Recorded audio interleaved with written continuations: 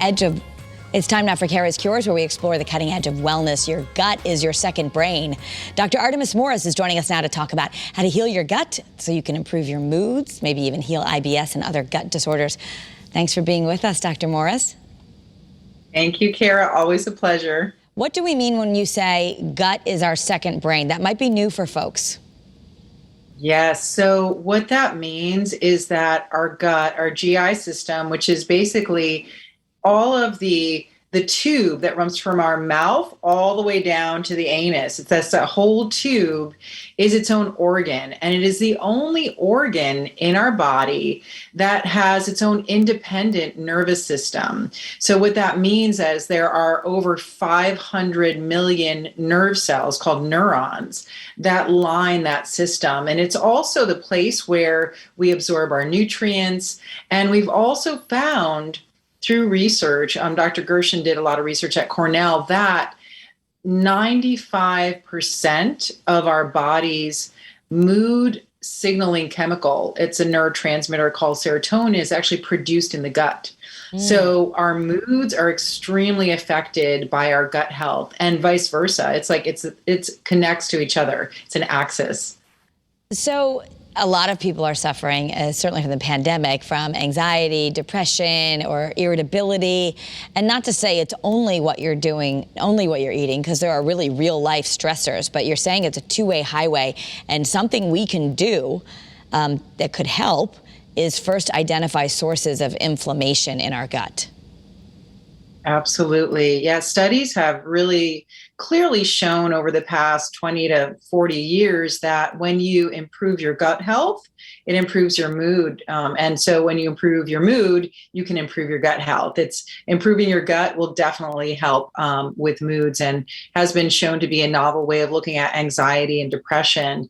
And the first thing you do, as you mentioned, is find out what the cause is. What is the cause of your gut inflammation, of your gut imbalance? And that's a very naturopathic medical principle, is start with identifying the cause and removing it.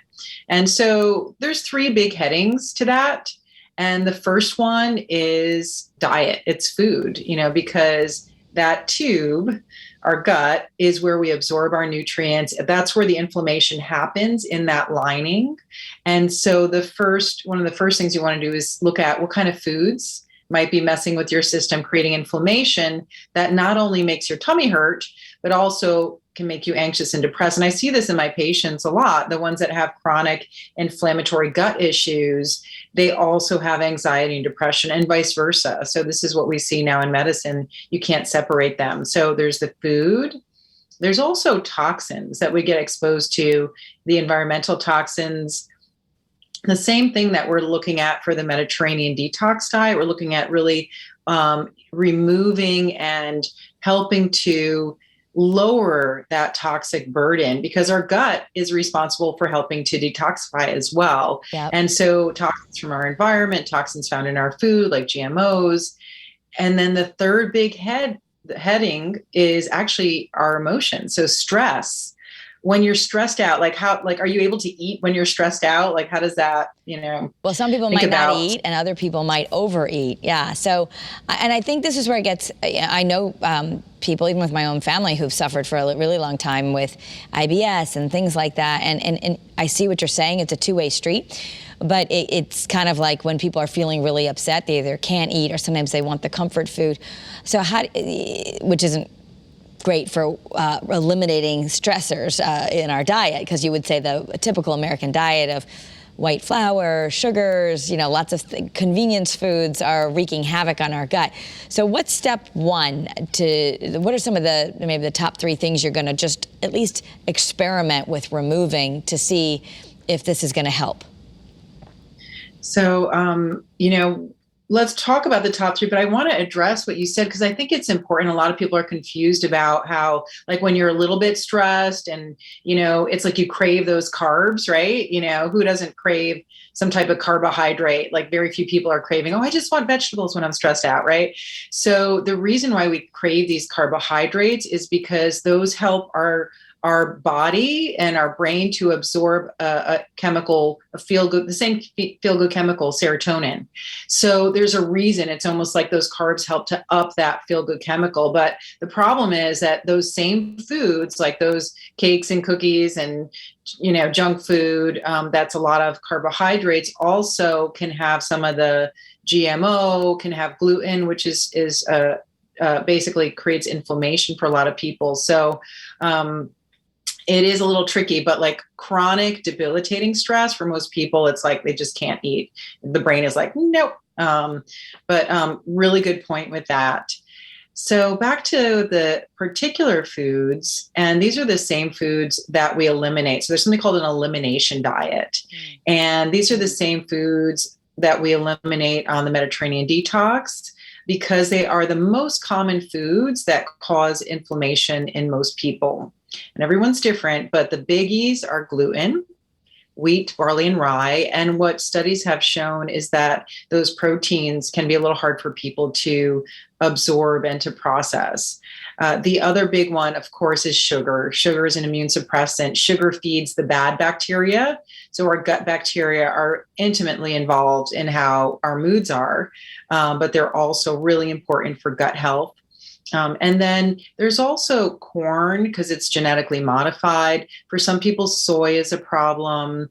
And then dairy for a lot of people. So there's lactose intolerance, which a lot of people hear about, and that's an intolerance.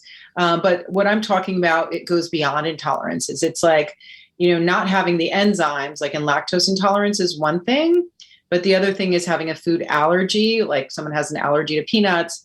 And then we're talking now about some food sensitivities, which is if you eat something and you eat a lot of it, over time, it leads to this low level chronic systemic inflammation, which, as we know now, is the cause of chronic disease. So the biggies, just to reiterate, are gluten, corn, sugars, and processed foods, of course. Dairy is a big one, and for some people, soy. So those are the big ones, and you want to look at labels for genetic modification, because those work the same way as the glyphosates that they use for in genetically modified foods can create inflammation and lead to a celiac-like problem. That's why there's so many people with gluten intolerance. Yeah, so even if you're not a celiac, it could be, and basically you do this allergy elimination diet. I know that you could help people because you have your own wellness center right in Milford, and you can even work via Zoom, so you could help someone. But if they just want to go online, you can Google the elimination diet. It has some stuff you should eat and shouldn't eat. How long should you try that elimination diet for, and how soon will you notice if it's helping? Great question. So if you're going to do it, and you can either start with one food group or do all of them and then reintroduce.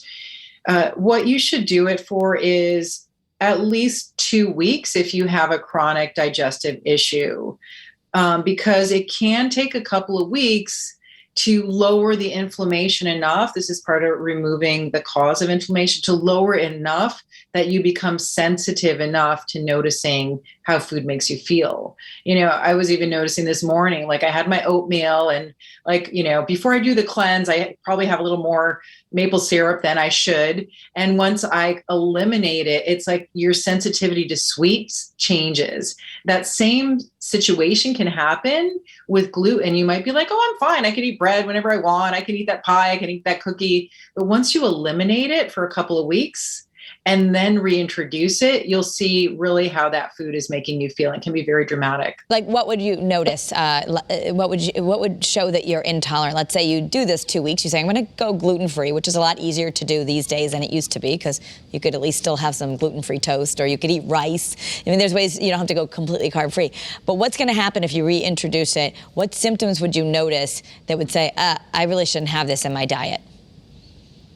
So what you might notice is fatigue. That's a big one. I know for me, that was one. When I first learned about this diet in med school, that we had to do it ourselves. And it was really telling, but everyone's different. But with gluten, most people will feel a little fatigue. That could be a big symptom, but it could be anything from fatigue to metabolism is a big one too, because any foods that are messing with your digestion are also messing with your metabolism.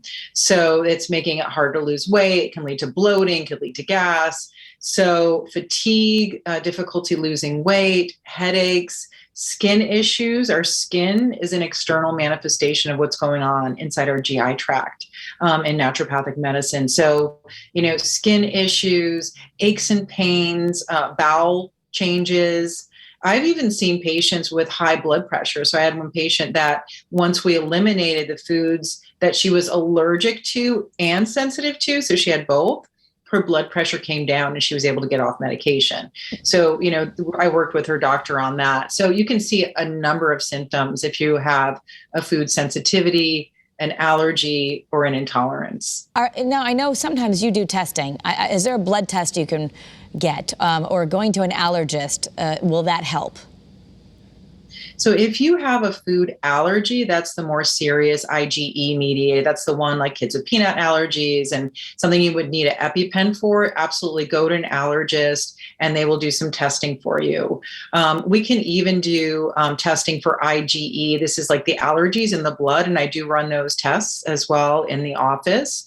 But there's also something called a delayed hypersensitivity reaction. That's a different part of your immune system. That's IgG. And so that's the type of reaction, that's the type of sensitivity you might not notice. Like you can eat a cookie or a cake and you're fine. But if you avoid it and then you eat it again, you'll notice that the symptoms you have are actually a couple of days later after you eat it. And so that's a different type of a test. And I have to say that, there are some food sensitivity tests out there, and we do use those in our office, but I'm not really impressed with the results all the time. It's like any test, it's not 100% accurate, but we do use it as an indication. I think the best way is to eliminate it. So in our couple of minutes that we have left, you remove the bad stuff, then you got to add the good stuff. And one thing you really recommend, and people can start noticing a difference pretty quickly, is adding in a good quality probiotic. You might even notice your moods get better. You might notice you lose weight.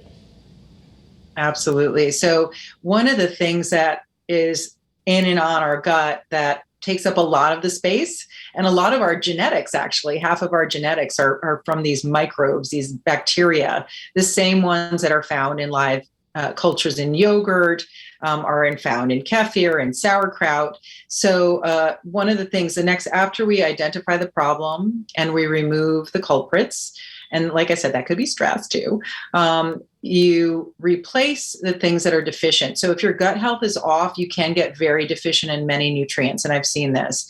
And so like zinc is important for reflux.